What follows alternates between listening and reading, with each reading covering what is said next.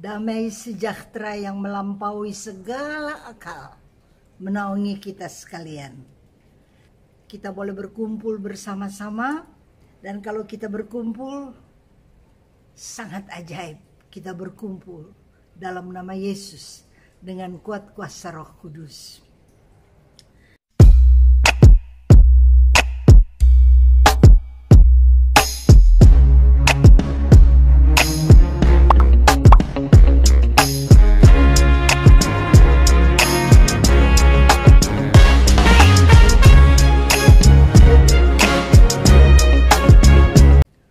God is greater than our problems. Semua kita punya masalah. Semua, tak terkecuali. Sehebat-hebatnya manusia, sekaya-kayanya manusia, sesusah-susahnya manusia, semua kita berada dalam genggaman Tuhan. Dan Tuhan berikan kepada kita kekuatan. Abram dan Sarah punya problem. Abram itu kaya raya luar biasa. Kemudian dia susah. Jangan pikir orang kaya tidak susah loh. Ada susahnya. Seizin Tuhan, ditaker oleh Tuhan, kesusahan masuk dalam hidupnya.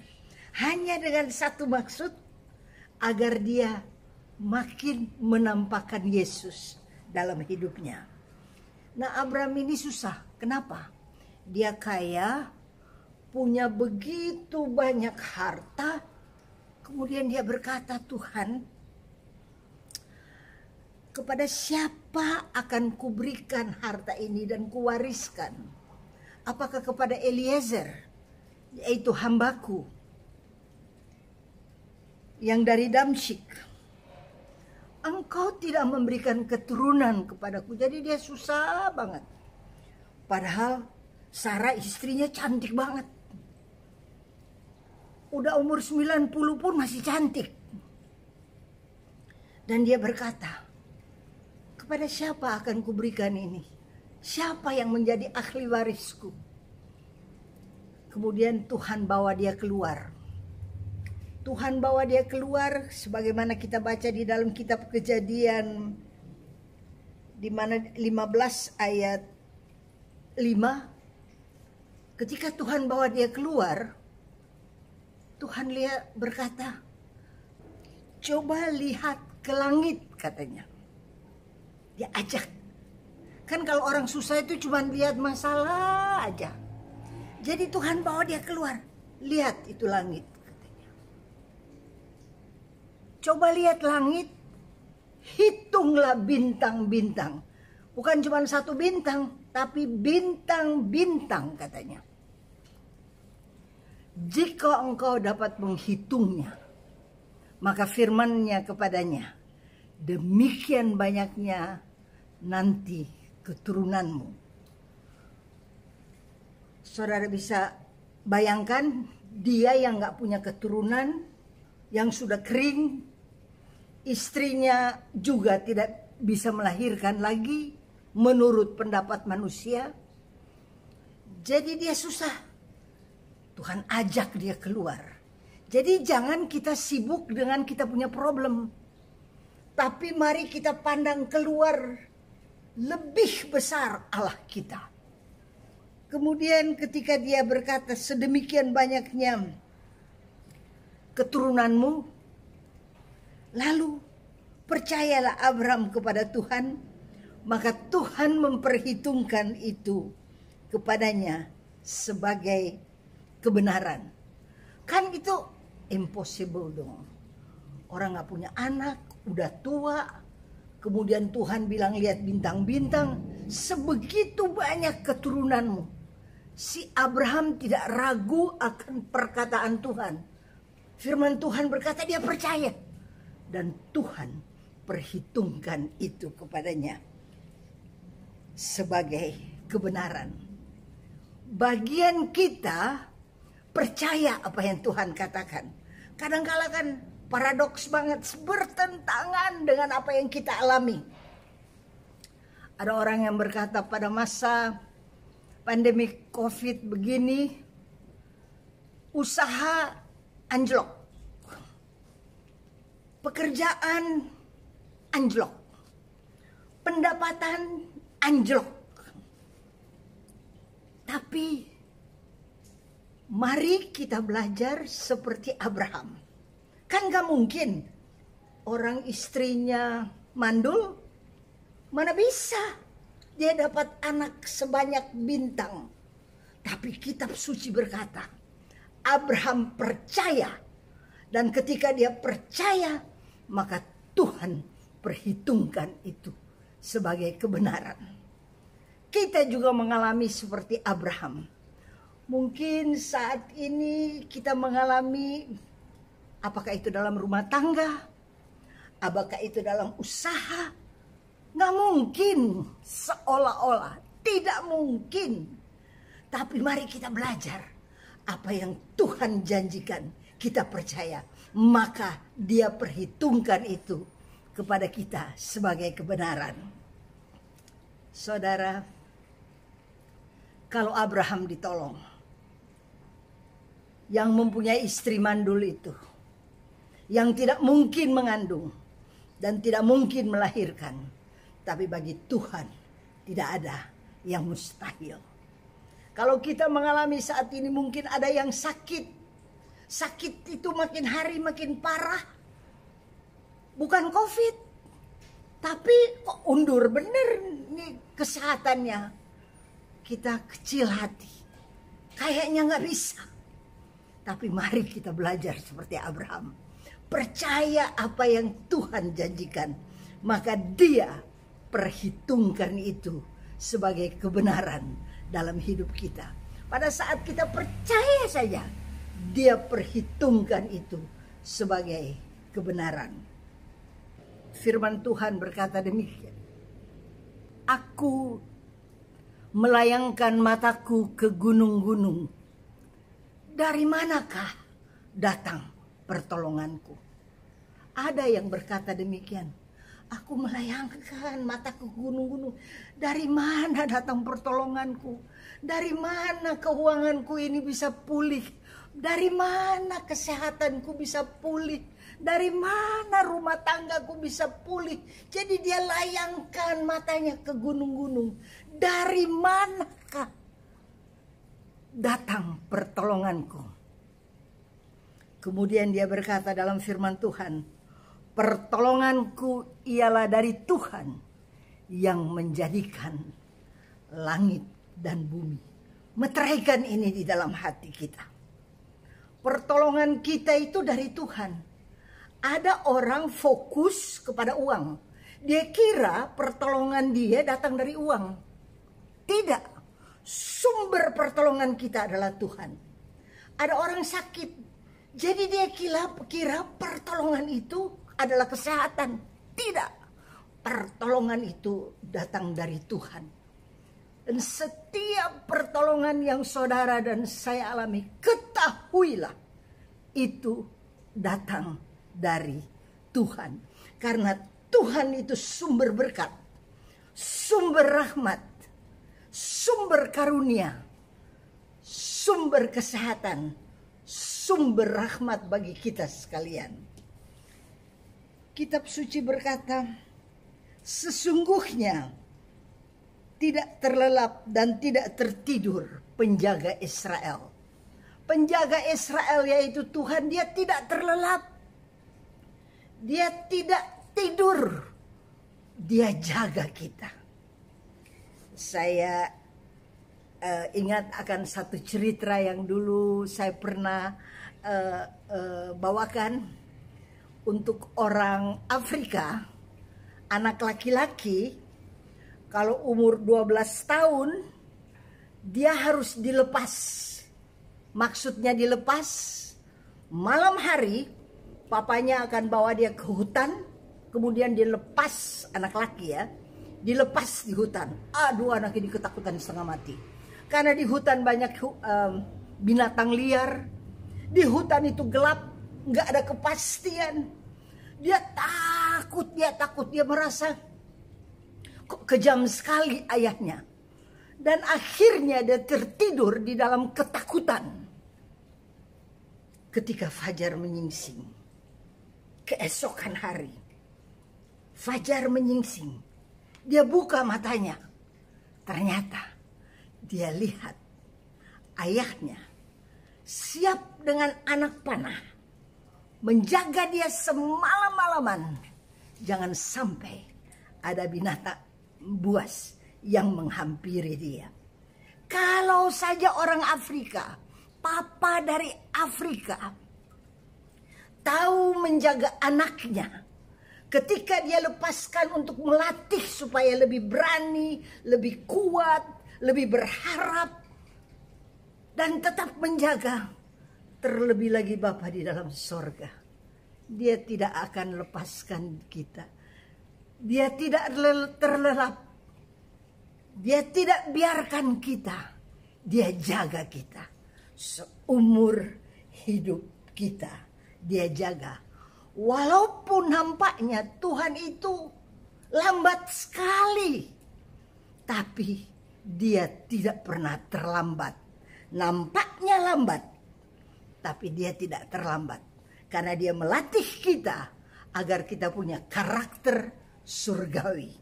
Karakter sama seperti Yesus. Pada ayat 7 berkata, Tuhan akan menjaga engkau terhadap segala kecelakaan. Ia akan menjaga nyawamu. Tuhan akan menjaga keluar masukmu. Dan dari sekarang sampai selama-lamanya. Mari kita belajar percaya apa yang Tuhan katakan. Supaya dia perhitungkan itu sebagai kebenaran pada kita. Sebagaimana dia perhitungkan kepada Abraham. Gak mungkin istrinya mandul, dibilangin nanti katanya keturunan sebanyak bintang-bintang. Kan mission impossible itu. Tapi Abraham percaya dan itu diperhitungkan sebagai kebenaran. Ada hal-hal yang kita lihat tidak mungkin. Susah sekali untuk dipercaya. Tapi mari kita belajar dari Abraham. Kita percaya. Maka dia perhitungkan itu sebagai kebenaran bagi kita. Mazmur 19 ayat 2. Langit menceritakan kemuliaan Allah. Dan cakrawala memberitakan pekerjaan tangannya. Jadi kalau lagi sumpah, kalau hanya pikirkan masalah, problem, kesulitan, penyakit, tekanan ekonomi, itu yang dipikirkan terus, pergi keluar. Lihat langit. Karena firman Tuhan berkata, langit menceritakan kemuliaan Allah. Dan cakrawala memberitakan pekerjaan Tuhan tangannya. Biarlah kita sering-sering keluar. Lihat langit, lihat laut, lihat gunung. Itu pekerjaan Allah. Jangan sampai kita terlalu fokus kepada masalah-masalah kita. God is greater than our problems. Kita ini kata firman Tuhan bagaikan emas murni. Saudara tahu bagaimana emas murni itu dibuat? Jadi ketika ditemukan emas itu kotor. Jadi harus dimasak. Dan pada saat dimasak kotoran itu muncul. Maka dibersihkannya. Dimasak lagi. Lebih panas lagi. Kotoran itu muncul. Dibersihkan lagi.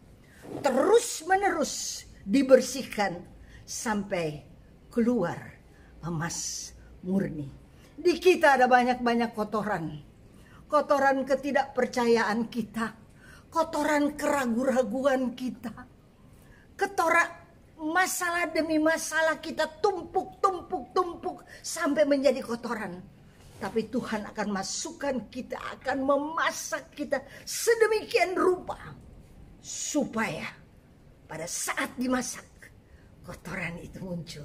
Dan kita dibersihkan. Dari hari ke hari, saudara dan saya dimurnikan Tuhan, dibersihkan Tuhan, dan satu waktu kelak kita akan menjadi segambar, serupa dengan Allah.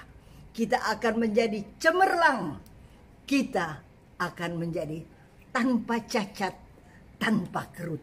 Luar biasa. Rencana Tuhan untuk saudara dan saya ada luar biasa. Problem dia izinkan masuk dalam hidup kita, supaya kita bisa dilatih, kita didisiplinkan, kita ditolong, supaya seluruh keberadaan kita terarah kepada Dia. Dan kalau pikiran kita terarah kepada Dia, hati kita terarah kepada Dia. Bukankah di dalam setiap perayaan Ekaristi dikatakan, arahkan hatimu kepadanya. Kita itu seringkali salah arah. Kita arahkan hati kita ke problem, kita arahkan hati kita kepada kesulitan, arahkan hati kita kepada sakit penyakit, arahkan hati kita pada tekanan ekonomi. Siapa yang tidak mengalami tekanan ekonomi sekarang? Semua mengalami. Biasanya ada orang bisnismen yang untung banyak banget, sekarang makin menipis. Kadangkala karyawan nggak bisa dibayar. Tapi Tuhan punya rencana. Arahkan matamu kepada Tuhan. Arahkan hatimu kepada Tuhan. Dia sanggup menolong kita. Karena Dia lebih besar daripada masalah yang kita hadapi. Tadi saya baca ada orang kirim WA ke saya. Saudara tahu burung Raja Wali itu raja dari segala burung. Tapi burung Raja Wali ini ada satu burung suka ganggu burung Raja Wali. Yaitu burung gagak itu suka ganggu sama burung Raja Wali. Karena dia akan berada di atas pundaknya dan dia ketok. Dia cabut-cabut bulunya burung Raja Wali. Dia ketok-ketok sama dia punya patok, ya betul. Kemudian burung Raja Wali ini, kalau dia sudah rasa terganggu, apa yang dia buat? Dia terbang tinggi. Dia naik lebih tinggi lagi, lebih tinggi lagi. Burung gagak ini nggak tahan. Dia nggak bisa napas. Dia takut. Dan ketika dia sudah berada di tempat yang tinggi, dia gerakkan badannya. Maka burung gagak ini jatuh. Dalam hidup kita, sehebat-hebatnya, ada selalu yang mengganggu. Burung yang mengganggu kita. Tapi ketahuilah, saudara diajak supaya dengan imanmu engkau terbang tinggi. Sehingga apapun yang ada di atas pundakmu yang mengganggu engkau, pada saat engkau terbang tinggi, tinggal digerakkan demikian, jatuh kesulitan itu. Saudara, mari sama-sama kita buka Lukas 7 ayat 11 sampai dengan 17. Yesus pergi ke kota Nain bersama dengan murid-muridnya, dan juga orang banyak menyertai dia berbondong-bondong. Kemana saja Yesus pergi, murid-muridnya pasti ada bersama-sama dengan dia. Bukan hanya murid, tapi orang banyak berbondong-bondong mengikuti Yesus. Setelah ia dekat pintu kota, pintu gerbang kota itu pada ayat 12, ada orang mati diusung keluar, anak laki-laki, anak tunggal ibunya yang sudah janda, dan banyak orang dari kota itu menyertai janda itu. Saya mau ajak saudara, kita renungkan dulu. Seorang janda hanya punya satu anak, jadi seluruh harapan ada pada anak ini. Anak ini tiba-tiba kata firman Tuhan di sini, anak ini mati dan diusung keluar. Ibunya pasti sedih. Ibunya pasti susah. Untuk seorang janda yang hanya punya satu anak laki-laki ini, ketika anaknya mati, tidak ada harapan lagi. Pasti matanya kosong, hatinya susah, bernapas pun dia enggan. Kayaknya lebih baik saya mati bersama-sama dengan anak ini. Tapi kita lihat, ketika mayat anak ini diusung, bertemu dengan Yesus. Di dalam setiap masalah yang kita bawa dan kita usung, Tuhan ada dan kita bisa bertemu dengan Yesus. Sekalipun banyak orang menyertai janda itu, tidak terhibur hati daripada bunda ini. Karena dia punya anak cuma satu. Dan ketika mati, mayatnya diusung, maka hilang segala harapan, sukacita, maupun apa yang tersimpan dalam hatinya, hilang semuanya. Pada ayat 13 dikatakan, dan ketika Tuhan melihat janda itu, tergeraklah hatinya oleh belas kasihan. Saudara bisa bayangkan, anak laki-laki itu diusung, jadi udah mayat. Tuhan lihat ada janda yang susah sekali. Kemudian Tuhan lihat anak ini udah mati. Apa kata firman Tuhan? Tergeraklah hatinya oleh belas kasihan. Perhatikan di dalam kitab suci, kalau ada kalimat tergeraklah hatinya oleh belas kasihan, pasti sesudah itu ada mujizat. Makanya di dalam perayaan Ekaristi kan kita suka minta, Tuhan kasihanilah kami, Tuhan kasihanilah kami, Tuhan kasihanilah kami. Kita minta belas kasihan daripada Tuhan mengalir di dalam hidup kita. Jangan sombong, jangan angkuh, jangan tinggi hati seolah-olah kita tidak perlu Tuhan. Biarlah sebagaimana di dalam setiap perayaan Ekaristi kita minta biar Tuhan kasihani kita sekalian. Dan apa yang terjadi ketika Tuhan berbelas kasihan? Ia berkata, jangan menangis.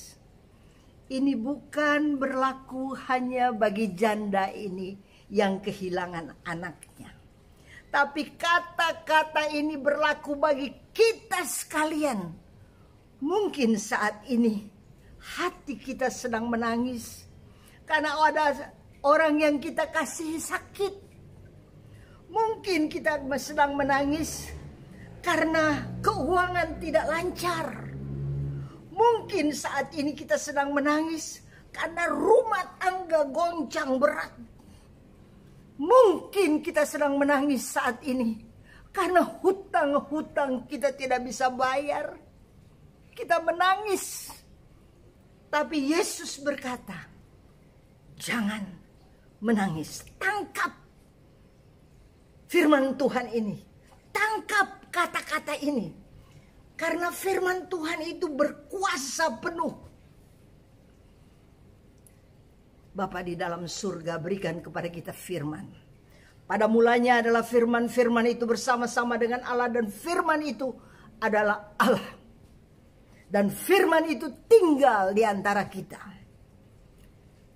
Saudara-saudara yang kekasih, kita lihat Tuhan Yesus terlalu baik. Kitab suci berkata di sini, sambil menghampiri usungan itu, ia menyentuhnya dan Sedang para pengusung berdiri, ia berkata, "Hai anak muda, aku berkata kepadamu, bangkitlah." Apa yang kita usung saat ini, biar Tuhan sentuh usungan kita yang begitu berat kita usung. Penderitaan yang begitu berat kita usung. Kita biar minta, biar Tuhan sentuh usungan yang kita sedang pikul saat ini. Terlalu berat usungan itu untuk kita. Dan ketika dia sentuh, apa yang dia berkata? Aku berkata kepadamu, bangkitlah.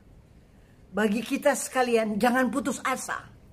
Kita punya Tuhan yang hidup. Jangan sampai kita kehilangan harapan. Kita punya Tuhan yang hidup. Sambung asamu, karena hanya Kristus yang bisa bantu dan tolong dan berikan kekuatan, berikan harapan pada kita. Tuhan dia sentuh dan dia berkata, bangkitlah. Tangkap kata-kata ini. Saya tidak mau terus-menerus mengusung barang yang berat ini, tapi saya mau bangkit karena Tuhan sudah sentuh usungan itu. Maka bangunlah orang itu dan duduk dan mulai berkata-kata. Bagi Tuhan tidak ada yang mustahil. Yang sudah mati, dia sentuh, dia berkata bangkitlah. Maka anak itu bangun, duduk dan mulai berkata-kata. Biarlah kata-kata yang kita ucap adalah kata-kata yang membangun. Biar kata-kata yang kita ucap adalah kata-kata yang memberi harapan. Biar kata-kata kita yang ucap memberikan kehidupan. Jangan sampai dari mulut kita keluarkan kata-kata yang mematikan. Kata-kata yang melumpuhkan. Kata-kata yang membuat kita tidak ada harapan. Tuhan berkata, bangun. Dan anak muda itu bangun. Dia duduk dan mulai berkata-kata. Dan Yesus menyerahkan anak itu kepada ibunya. Setelah anak itu dibangkitkan, Yesus kembalikan anak yang tadinya mati, yang dihidupkan kembali, dia serahkan kepada ibunya. Karena anak ini adalah tanggung jawab daripada ibunya, daripada orang tuanya.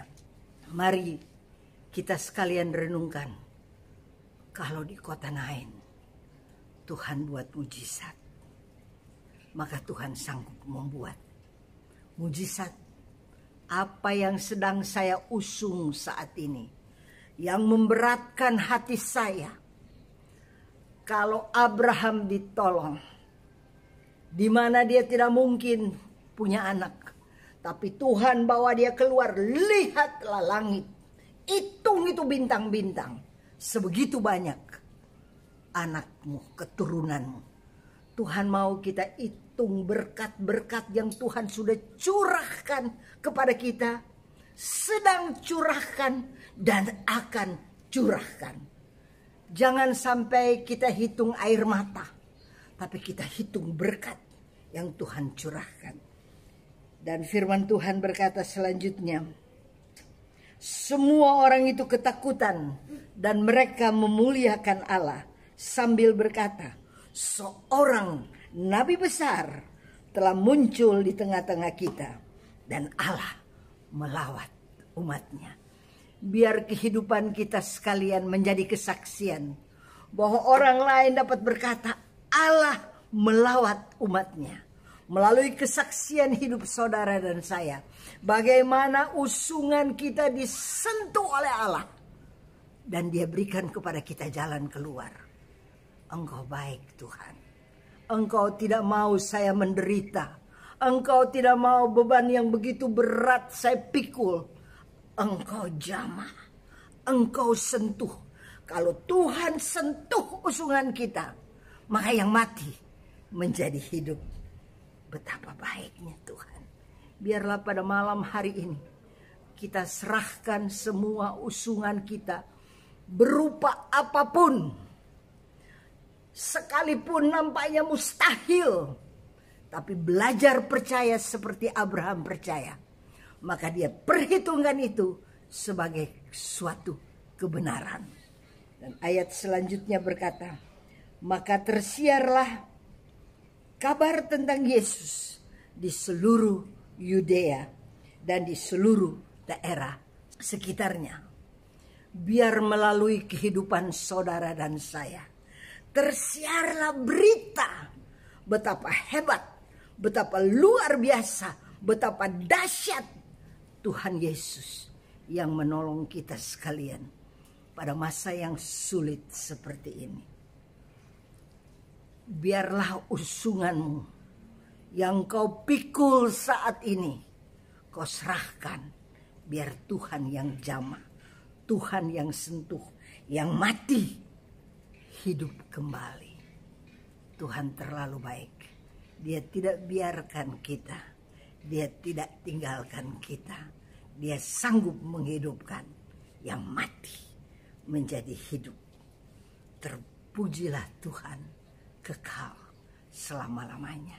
Biar tersiar berita tentang Yesus melalui kesaksian saudara, melalui kehidupan saudara, melalui apa yang kita kerjakan. Jangan sampai dari mulut kita keluar kata-kata kematian.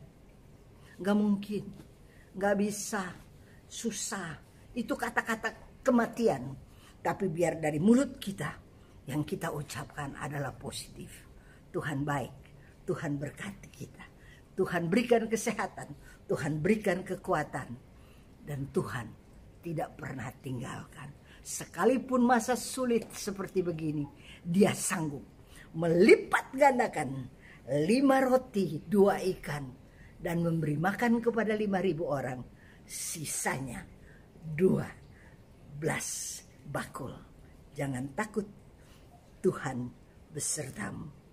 Biar nama Tuhan dimasyurkan, nama Tuhan disiarkan melalui kehidupan saudara dan saya. Tuhan memberkati dalam nama Bapa dan Putra dan Roh Kudus.